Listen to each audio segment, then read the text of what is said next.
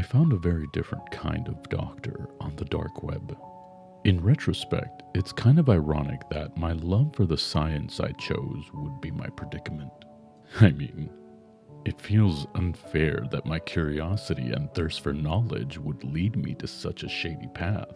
The only thing I ever wanted was to be better at my job. I am a medicine student. For as long as I can remember myself, I was fascinated by the human body. No matter how bad we treat it sometimes, it's nothing short of perfection. The structure and function of the organs, the delicate high-functioning brain, the blue snake-like veins carrying the blood into the heart to be cleaned and recycled. It's simply magnificent. It was a simple choice for me. I wanted to study about the body, learn all the details it hides, and sometimes rectify it. Now, don't get me wrong, I didn't really enjoy studying. To get to medicine school, most of the time it was as tedious as a process of learning about irrelevant topics. That I really didn't care about.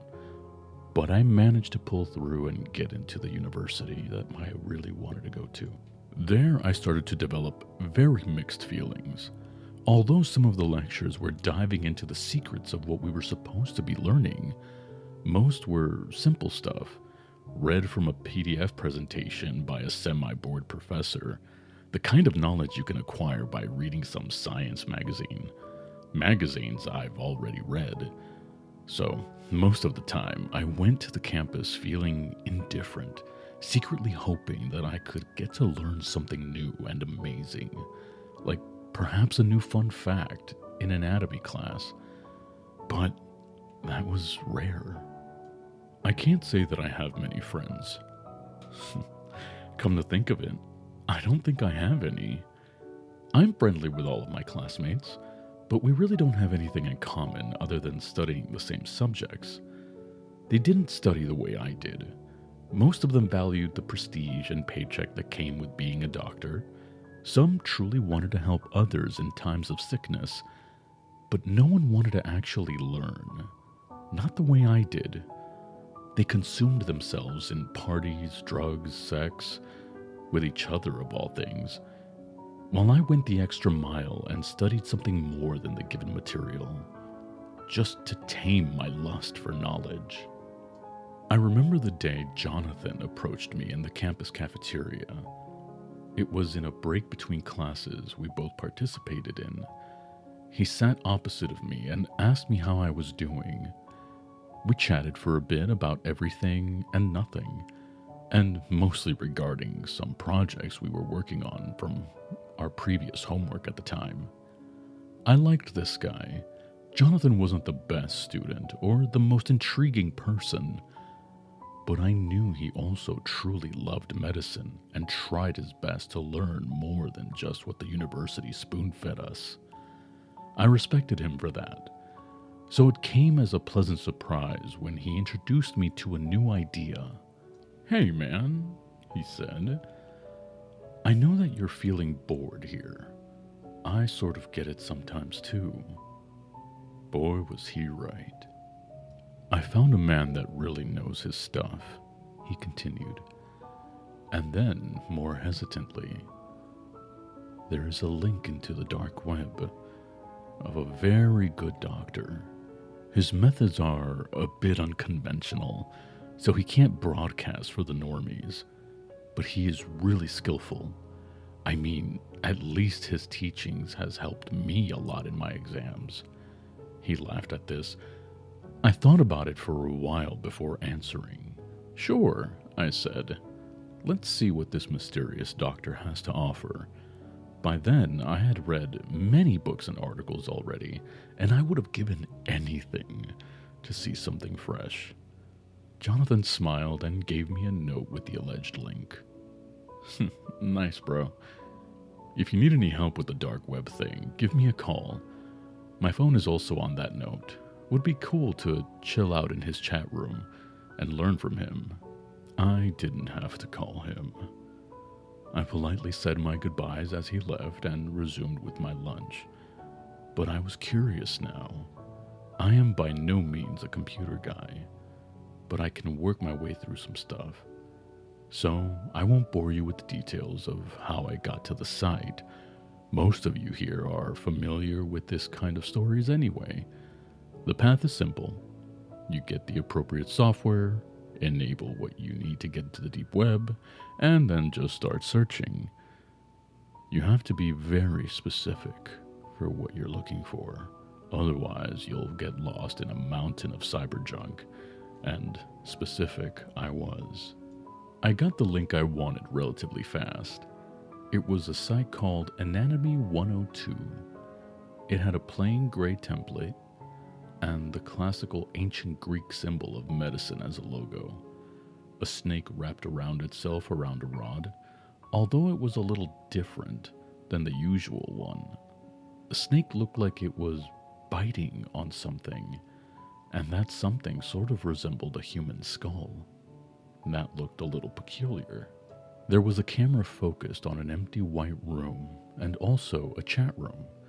The chat room had around 50 people active, casually talking about various medicine specializations, speculating that they would learn today. Around 10 minutes later, 2 people appeared in the room, both wearing the typical operation uniforms, dragging a big table of surgery tools with them. One of them disappeared from the screen and the other stood in front of the camera, still wearing his mask. Hello, my dear audience. It brings me great pleasure to see so many of you here today. This place is a place of learning and understanding, so I would advise all of you to pay very close attention and observation to all details. I liked this intro. A true professor. For all of those who happen to be new here, let me introduce myself. I go by the name Dr. Mason here, but you can just address me as Doctor in the chat. Every 2 weeks we gather around here to discuss something about the anatomy and how it works in practical ways. As he finished his speech, the other guy came back into frame, this time pushing a surgery table. The table was full. I guessed it had a dead body on it. By that time, the count on the chat room read 250 people online. The other guy, also wearing a mask, took the sheet that was covering the body on the bed to reveal something I was not prepared for. A living human, fully awake, muffled and tied to the bed with leather straps. He was middle-aged, brown hair, and had a very scared expression in his eyes. The man was sweaty and obviously in distress, but he couldn't do much, tied like the piece of meat that he was. As you may know, the doctor continued, the digestive system is one of the most important systems in the human body. It is the source of all of the energy input and output of animals. Today, we will be taking a closer look. The chat room was filled with lots of expressions of happiness, as people seemed to be content with the idea of the lesson. I, for one, felt nervous. I could never have expected what followed next. The doctor started operating on the man. Without any anesthesia, he cut open an incision in the belly, while the man's screams were drowned behind the muffler. After that, he started taking parts of the victim's intestines out and showing them to the camera, talking in detail about everything, and also applied pressure to certain points to demonstrate what he was talking about, generating huge amounts of pain for the helpless victim. During the entire process, he had shown no hint of emotion. The chat was filled with questions, most of which he replied to, same way any professor talked back to his students in uni. He paid extra attention to those who wanted him to experiment on the limitations of his victim. He noted that people asking those questions had true motivation to learn and will progress in their career. After that statement, he followed through with the suggestions given to him. Blood had started to make a puddle on the floor. Every now and then the victim would faint by the sheer pain he felt, but the doctor's helper would wake him up every time. The doctor insisted that it is important for the patient to have his senses in order for us to take note of his reactions. I was shocked, but I couldn't look away. Same thing when you see a gruesome accident on the street, and you know that if you check to see what happened, you'll feel the urge to throw up, but you still turn your head and look, your eyes thirsty for the odd and the gore. The procedure was beginning to get more and more extreme.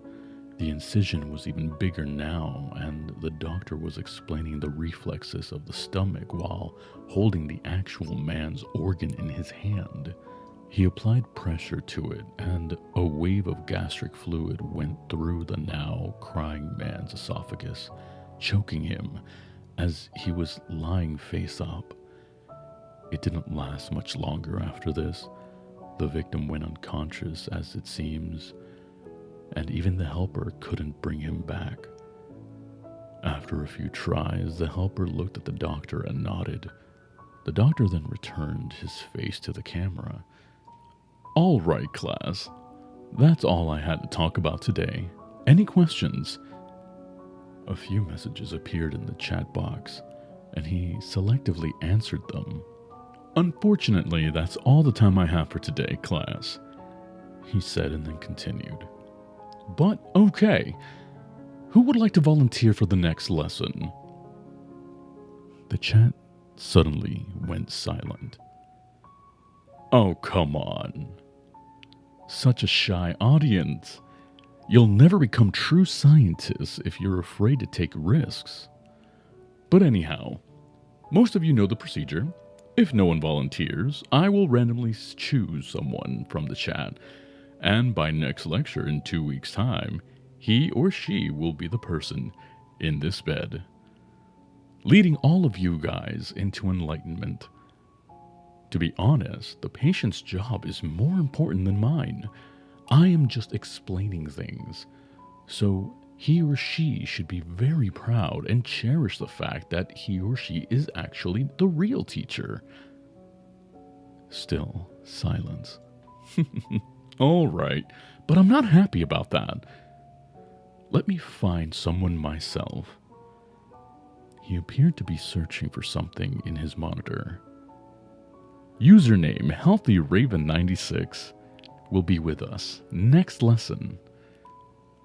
I'll see you all then." Healthy Raven 96 got instantly disconnected. The others started to log out too, while some stayed to discuss the lesson. I turned off my PC. What had I just watched? This was more like a cult than a classroom. It wasn't natural to use a human guinea pig for teaching, but still, I learned so much. This person talked with so much passion for science and had a strange charisma. You may even call it charm.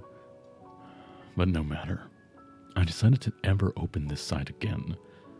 I was not going to be participating in this illegal situation. I knew how wrong this was, but deep down inside me, my everlasting thirst was still demanding more. I broke my promise 2 weeks later. It was the day of the supposed lecture, and I just couldn't take it out of my mind. I logged into Anatomy 102 once again. This time, a young woman was on the bed. The process was similar. Dr. Mason introduced himself and started his lesson. This time focused on the nervous system. I was hooked before I even knew it and watched the entire talk without even flinching this time, until the moment that unlucky girl was dead. I hadn't even moved from my chair, and so this became part of my life. I was following every lecture, showing 100% attendance. I watched as men, women, and some rare times, even underage people were brought into their untimely death for the sake of science. I started participating actively, asking questions about amputations and tissue damage, and sometimes I was the one who suggested the craziest experiments. I wasn't addicted to the gore in particular, but it was a small price to pay for knowledge. I learned so much. For example, that the pain threshold we are taught that the human body can withstand is bullshit. I saw with my very own eyes how much the human organism can suffer before giving up for good. That and many other things that are not to be told on this post. The months went by fast. I kept watching the lectures. Some rare occasions there would be someone inspired so much by the doctor's words that he or she would volunteer for the next lesson, making us all sigh in relief. But those times were rare. It was mostly Russian roulette every week. I was scared, of course, but the risk was well worth the reward. At the same time, I studied even harder, completely locking myself out from the real world. I wanted to learn even more. So much I was inspired by this masked man. The day finally came. A day I never truly expected to come. The doctor had just finished his lecture, slowly turning a man's brain into mashed potatoes, and as always, was looking for a volunteer. After the usual awkward silence, I heard something truly terrifying. Okay, students, next to come with us will be Lotus Eclipse. My username. My stupid username, made as a pun off of my favorite car. I had thought this day might happen, but never actually thought it would. The chances were pretty low, and I was enjoying the classes way too much to stop. For the first time since the fateful day that I learned about this damn site, I called the only man that could understand me, Jonathan. He picked up the phone. We talked for a long time, and in the end we managed to formulate a solution. We spent the rest of our time together until the lecture in my house.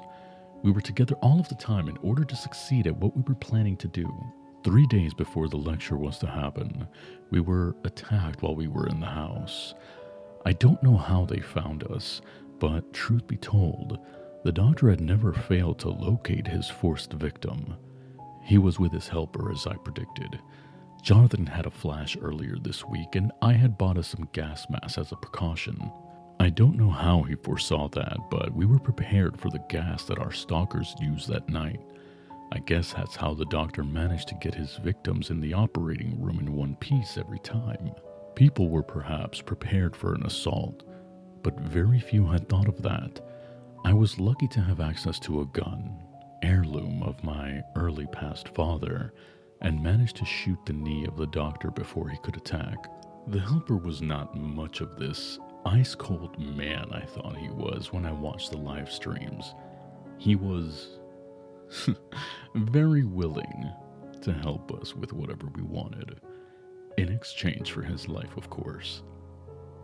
Although, after I got all the information I needed, I shot him in the back of the head just to make his annoying whining stop. And here we are today. As I'm typing this, I hear the muffled voice of a man behind me.